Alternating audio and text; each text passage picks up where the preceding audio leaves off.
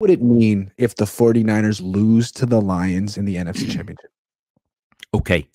Now we're on a serious topic. When Kyle loses a game, people ask him, what does this loss mean? And he answers invariably, it's a loss. It's a loss. Like, it's one of those things. It's one of the options in football. I do not believe he has that option in this game. If they lose to the Lions, however, and I don't think they're going to, but if they lose to the Lions, it's not a loss. It's a disaster. It's a disaster for the organization. It's a smirch on the 49ers. It is the worst possible thing that could happen, because then they define themselves, for the most part, as a team that can make it to the championship game, but not beyond. Well, that's quite a limit to have. It defines itself as a team that was the favorite. It's been a big favorite and can't deliver. It defines itself as a team that has everything they want, with the possible exception of Deebo Samuel, and every team loses a player. Yeah. Has the running back, the quarterback, the left tackle, the great defense, Bosa, the genius coach, the great general manager, the perfect owner lately. It's loaded for them. Mm-hmm. And if they can't do it, it's a disaster, and it means, who the heck are they? That's what I think, Iggy. You got to start asking questions about all the biggest, most important people in the organization. Like, it's not about scapegoating Jake Moody or something. It's, what the hell is going on with Nick Bosa? Is Brock Purdy the real deal, or has he not really been that good in the playoffs if we step back? What about Kyle? Is he ever going to improve, or is he firmly established his limit and pattern in the playoffs? I mean, all those questions come into play if they lose in the NFC Championship. Right. And let's come back to Kyle a moment. Is Kyle a very good coach who is again, a term that you and I use, a high-level loser? Yeah. Is he a high-level loser? It felt like he got out-coached last week against the Packers, and it felt like he escaped that game. Escaped. I'm sorry. I mean, unless he was responsible for Jordan Love losing his freaking mind on that final play, they all kind of got lucky and laughed it off after the game. Like, we didn't play so well today, but we get another chance next week. Yeah, you do. I get the feeling that the Lions are going to be better than the Packers were. I thought Jordan Love was going to be this transcendent quarterback. He did a good job, but ultimately he wasn't ready for that game. I think Goff will be ready. I think that team is a little bit older, a little bit more mature than Green Bay. I want to come back to what I said. I said it's not just a loss. It's a disaster. How do you see it if they lose? It's absolutely a disaster. People won't get fired, but all kind of uncomfortable questions will dominate the discussion all offseason. Is Brock Purdy a franchise quarterback? Because what you just said is the Niners have everything they need, but you'd have to wonder, well, right. What are we overestimating? Is it Bosa? Is it the quarterback? Is it the coach? Those are the foundations of the team. Cornerstone people in the franchise. You'd have to question if they're really cornerstone people. And you know what I would question? If they lose, again, I don't think they're going to lose. Why did Jed give these contract extensions? What was that, in October, Iggy? After like week 3. What was the hurry? What was the hurry? I mean, if they lose the game, that you should at least have a little time to think about it. Maybe you could give an extension after, or not, or give a shorter extension. Again, it makes me question Jed. He's always so impetuous. He's a grown up now, but he's so juvenile in certain ways, the way he was with Singletary when he hired him after the last game right there at Candlestick, the last game of the season. He comes out, Singletary, not, in his coaching gear, but in a suit and tie. He was introduced as the next head coach, and I wrote, what's the big hurry? And what was the big hurry with this, with extending Jed and Lynch? That comes into play too if they lose in the championship game. Brings in a lot of dark clouds. Yeah, I mean, people would remember that Jimmy Garoppolo made it to the Super Bowl on this team, and he's not a franchise quarterback. So all of a sudden, you're looking at Purdy's limit. It would depend on how they lost the game. But if Purdy plays poorly and turns the ball over, he'd have a lot of scrutiny. If Kyle Shanahan mismanages the clock or has a lead in the second half that he blows, he'd get a lot of scrutiny.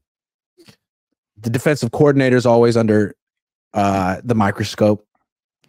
It'd be tough. This team is held in such high regard, which is why it's tough. Like, you could lose the NFC Championship game and be seen as failures. Iggy, I would actually take issue with something you said, minor issue. I don't think it matters how they lose the game. You said it depends on how they lose the game. No, if they lose the game, it's a disaster.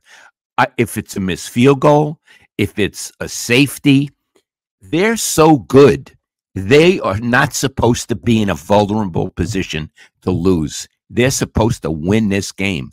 Any way they lose it, if one of the officials sneezes at the wrong time, it's a disaster. That's how I feel.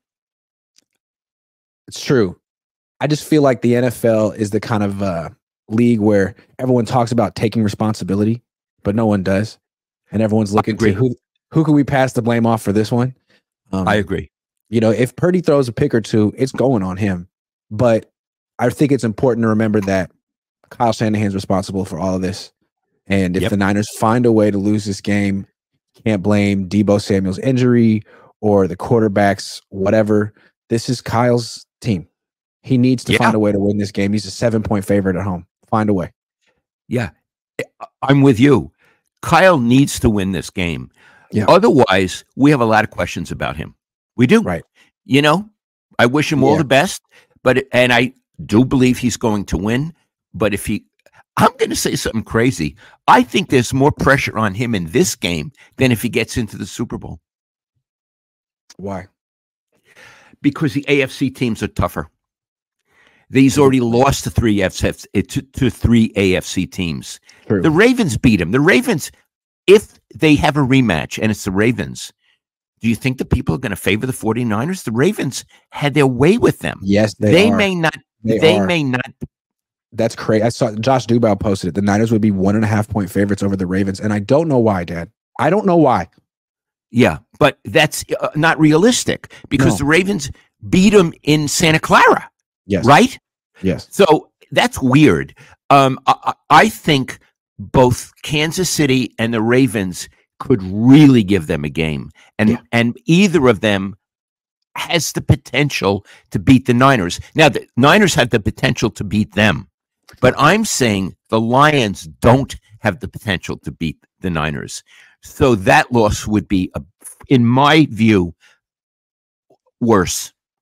And I like talking about the Lions for a second. What is it about the Lions that makes you write them off? Is it Goff? Soft. I think they're soft in an NFC way. And I want to say something about Goff. I haven't done deep analytics. I'm not good at it. So with me, I'm an old guy, and I'm looking at things. This is how I see Goff. He's very good in the first half. He really passes well, and they score a lot of points in the first half. In the second half, he's comatose. It's like he's the Walking Dead. It's like, what happened to that guy in the first half? So I'm thinking, even if they get off on the Niners and have a lead going into the second half, the Niners will run them down because Goff will be dead on arrival. That's how I feel about him. So it is about Goff. I guess so, but I also don't think that team is as tough as the Niners. Let me give you a split for Goff. At home this year, his quarterback rating is 107.9. On the road, it's 89.4. Is Vegas on the road? I'm talking. He's gonna be playing at Santa Clara this weekend. He's gonna be on the road. Goff. Okay, all right, Goff. You're right. I'm an idiot. Goff. So Goff. So what I'm saying? Yeah. I'd like to know also first half versus second half. Let me see if I can get that for you. First half. I can definitely get that for you. That's what I wanted to look for. Half. Where you at? Yards to go. Okay. Oh, you're right. First half 102, second half 92. You're right. Yeah, I have that. He goes dead on arrival in the. I don't know what that is in the second half. I've seen him do it a lot. So even if they're up on the Niners, I think the Niners will run them down and beat them. I do. Yeah. The reason I mentioned Vegas, I'm sorry, guys. If the Niners get into the Super Bowl, obviously Iggy's going to be there for about a week covering. And, I'm alone in this big house up here, and I love my kid, and I'm kind of lonely sometimes. I'm going to go to Vegas, not the whole time, maybe 3 nights. I'll stay in Iggy's room with him if he'll have me. And one of my best friends, Kenny Epstein, who Iggy knows his whole life, lives in Vegas. He owns the El Cortez Hotel and Gambling Casino, or wherever it is. So we would have dinner one night, Iggy and Lowell and Kenny and his son, Lawrence. Lawrence Epstein is a big deal in the UFC. I've known him for his whole life. So I would really look forward to the father and son dinner in Vegas and hanging around with Iggy, although I wouldn't go to any of the media events. I wanted to say one thing. So you were saying about Goff, about how you really don't respect him. That's why this loss would hurt so much for the Niners, losing to Goff. Yeah. Losing to Goff. I mean, it's not Stafford. No. It's not Lamar Jackson. It can't be like, well, I mean, that quarterback's incredible. No, it's Jared Goff. Yeah, and here's the thing, Iggy. It's not that I don't respect him. I do respect him. I think he's a pretty good quarterback with tremendous flaws. And also, could we stay with his name a minute? Yeah. I'm sorry, the Goff family. But if you lose to Goff, there's a verb. They got goffed. Yeah, Goff. And that's a bad thing in life, to get goffed. Yeah. I just thought about it now. Oh, did you ever hear what happened to that poor Jared guy? He got goffed. He got goffed. Really? Yeah. He got goffed. In front of everyone. Yeah. Dumbledore had to come in with his magic wand and reverse the goffing. Yeah. If Jared Goff were at Hogwarts, he'd be in Hufflepuff. He'd be a Hufflepuff because he wouldn't be in Slytherin. No. Purdy would be in Gryffindor, right? He's a do-gooder. Gryffindor. Yeah, he's a Gryffindor. Yeah. The reason is I'm reading all the Harry Potter books over again, and I'm loving them. I sit here and I read. Slytherin is the one you don't really like. You don't trust those guys, right? Well, when I was in college, I was in that frat Sigma Nu, and we used to always consider ourselves the Slytherin of campus, which was such a nerdy thing for frat guys to think. Whoa. We were pretty tough. Watch out for us. That Ravenclaw is the one you know least about? Yeah, like what is their deal?